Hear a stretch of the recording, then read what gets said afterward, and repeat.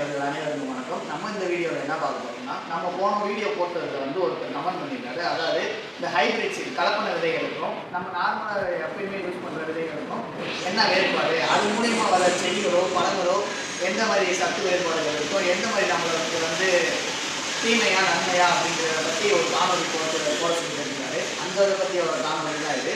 அதுக்கு முன்னாடி நம்ம சேனலில் வந்து இதுக்கு முன்னாடி இது வரைக்கும் இப்போ தான் பார்க்குறீங்கன்னா சப்ஸ்கிரைப் பண்ணி வச்சுக்கோங்க. உங்களோட விவசாயம் பண்ணுற நண்பர்களுக்கும் உறவினருக்கும் நம்ம சேனல் ஷேர் பண்ணுங்க. கண்டிப்பாக யூஸ்ஃபுல்லாக இருக்கும். வாங்க இப்போ வீடியோக்குள்ள போவோம். முதல் வந்து விதைகள் வந்து ரெண்டு மூலியமாக இருக்குது. ஹைபிரிட் விதைகள், அதாவது கலப்பன விதைகளும் நம்ம நார்மலாக யூஸ் பண்ணுற விதைகளும் சொல்லுவாங்க. இந்த முதல் ரெண்டுமே என்னென்னு பார்த்துருவோம். நார்மலாக யூஸ் பண்ணுற ரகங்கள் பார்த்துருவோம். நம்ம நார்மலாக யூஸ் பண்ணுற ரகங்கள் வந்து லோக்கல் வெரைட்டி, அது லேண்ட் ரைசஸ்ன்னு சொல்லுவாங்க. அப்படின்னா என்னென்னா, இப்போது நம்ம கடம்புல குண்டுன்னு இருக்குன்னா, கடம்புல குண்டு இல்லை தேனின்னு இருக்குன்னா, தேனிக்கு வந்து ஒரு ரூலிங் வெரைட்டின்னு ஒன்று இருக்கும் ரைஸில். இப்போ எக்ஸாம்பிளுக்கு வந்து நான் வந்து அரிசி எடுத்துக்கிறேன்னு வச்சுக்கோங்க. அரிசியில் வந்து இப்போ நான் என்னோட எக்ஸ்பீரியன்ஸில் வந்து வத்தலை குண்டுங்கிற ரேஷனில் வந்து நமக்கு வந்து அக்ஷயா கோல்டுங்கிற ரைஸ் வந்து எப்போயுமே அவங்க அதுதான் விளைவிப்பாங்க. அது வந்து தான் லேண்ட் ரைஸ்ன்னு சொல்லுவாங்க, லோக்கல் வெரைட்டியாக இருக்கணும். ஏன்னா எல்லா விவசாயிகளும் அந்த அக்ஷயா கோல்டுங்கிற வெரைட்டியே மாற்றி மாற்றி போடுவாங்க. இந்த வெரைட்டியில் வந்து என்ன இருக்குன்னா, ஏதாச்சும் ஒரு ட்ராபேக் இருக்கும். அதாவது இப்போ எப்படி சொல்கிறது, ஒன்று பூச்சி தாக்கும். இந்த வெரைட்டி போட்டால் இந்த பூச்சி வந்து கண்டிப்பாக தாக்கும், இந்த நோய் கண்டிப்பாக தாக்கும். ஆனாலும் அவங்க மாற்றி மாற்றி அதையே போட்டுக்கிட்டு இருப்பாங்க.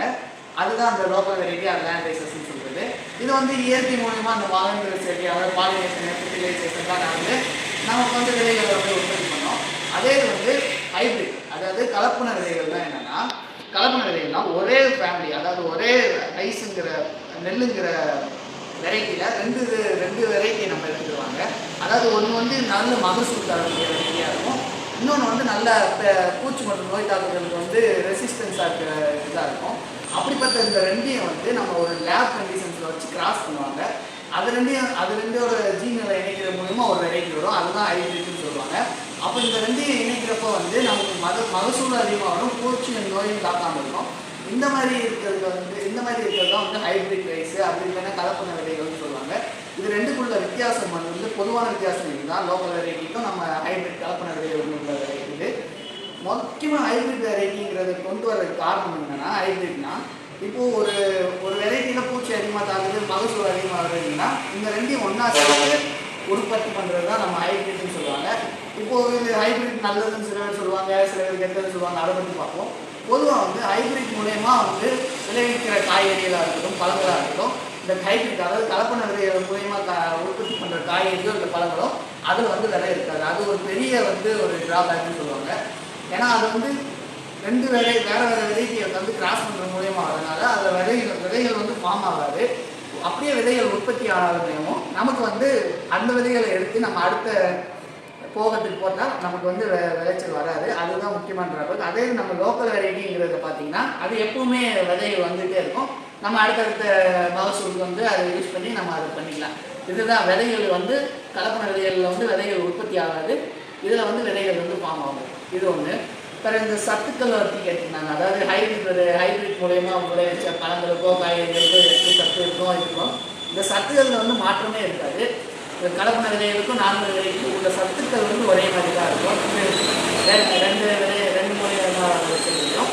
அதனால் சத்துக்கள் வந்து பார்த்தீங்கன்னா இன்னொரு பெரிய ட்ராபேக் இந்த ஹைபிரிட், அதாவது கலப்பன விதைகள் என்னன்னா, நம்ம வந்து நார்மலாக போடுற உரங்கள், பூச்சிக்கொல்லி மருந்துகள் அதெல்லாம் இருக்கும்ல, அது வந்து இந்த ஹைபிரிட் விதைகளுக்கு வந்து அதிகமாக தேவைப்படும். ஹைபிரிட் மூலயமா உற்பத்தி பண்ணுற காய்கறிக்கும் பழங்களுக்கும் வந்து இது வந்து அதிகமாக தேவைப்படும். ஹைபிரிட் விதைகளுக்கு வந்து நம்ம காசு செலவாகும். நமக்கு வந்து இந்த மருந்து வைக்கிறதுக்கும் உரங்கள் அதிகமாக வைக்கிறதுக்கும்.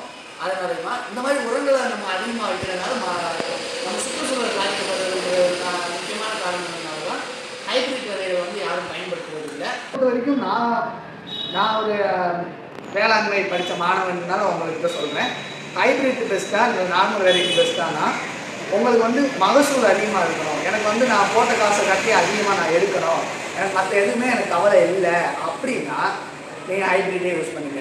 அது வந்து சுற்றுச்சூழல் மாசுபடும் தான். ஏன்னா வந்து நம்ம அவ்வளோ மருந்து தெளித்து ஒரு காய்கறியை வந்து நம்ம சாப்பிட்றப்போ வந்து கண்டிப்பாக அந்த மருந்தும் வந்து காய்கறிக்குள்ளே கலக்கிறதுக்கான வாய்ப்பு இருக்குது. அதை பற்றிலாம் எனக்கு கவலை இல்லை.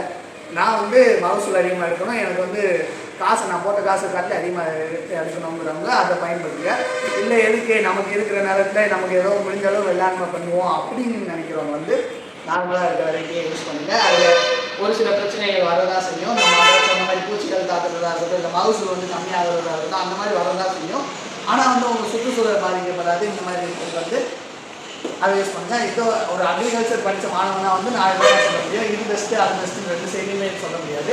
உங்களுக்கு உங்களோட ஒப்பீனியனை பொறுத்து தான். அதாவது இப்போ வந்து அதான் சொன்னேன், மகசூல் அதிகமாக இருக்கணும், எனக்கு எதை பற்றி கவலை இல்லைன்னா அதை எடுங்க, இதை எடுங்க.